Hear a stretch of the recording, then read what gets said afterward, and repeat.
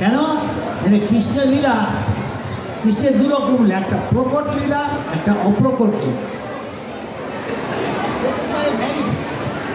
ভগবান যখন এখন থেকে 5000 বছর আগে এসেছিলেন, তা বৃন্দাবনের ভক্তি মানে সবাই মিলে রাধা কৃষ্ণকে খুশি করা, রাধা কৃষ্ণকে আনন্দ দিলে আমরাও আনন্দময়। এখন রাধা কৃষ্ণকে আমরা ভোগ দিচ্ছি আর সেই প্রসাদও পাচ্ছি, কিন্তু তা না যে আমি আর আমার ভাবলে সেগুলো অনিত্য, একদিনকে দুঃখ পেতে হবে। সেই জন্য ভগবান বলছেন এই দুনিয়াটা হচ্ছে দুঃখালয় মশার ছোটানো। সকলে এখানে এসছে কী করে আমি লুটে ফুটাই নিজে আগে ভোগ করে নিই। ছেলে এই জগতের হিরো, তারপরে সে হয়ে যায় জিরো। আর যারা ভক্ত সে ভগবানকে সব কিছু দেয়, ভগবান তাকে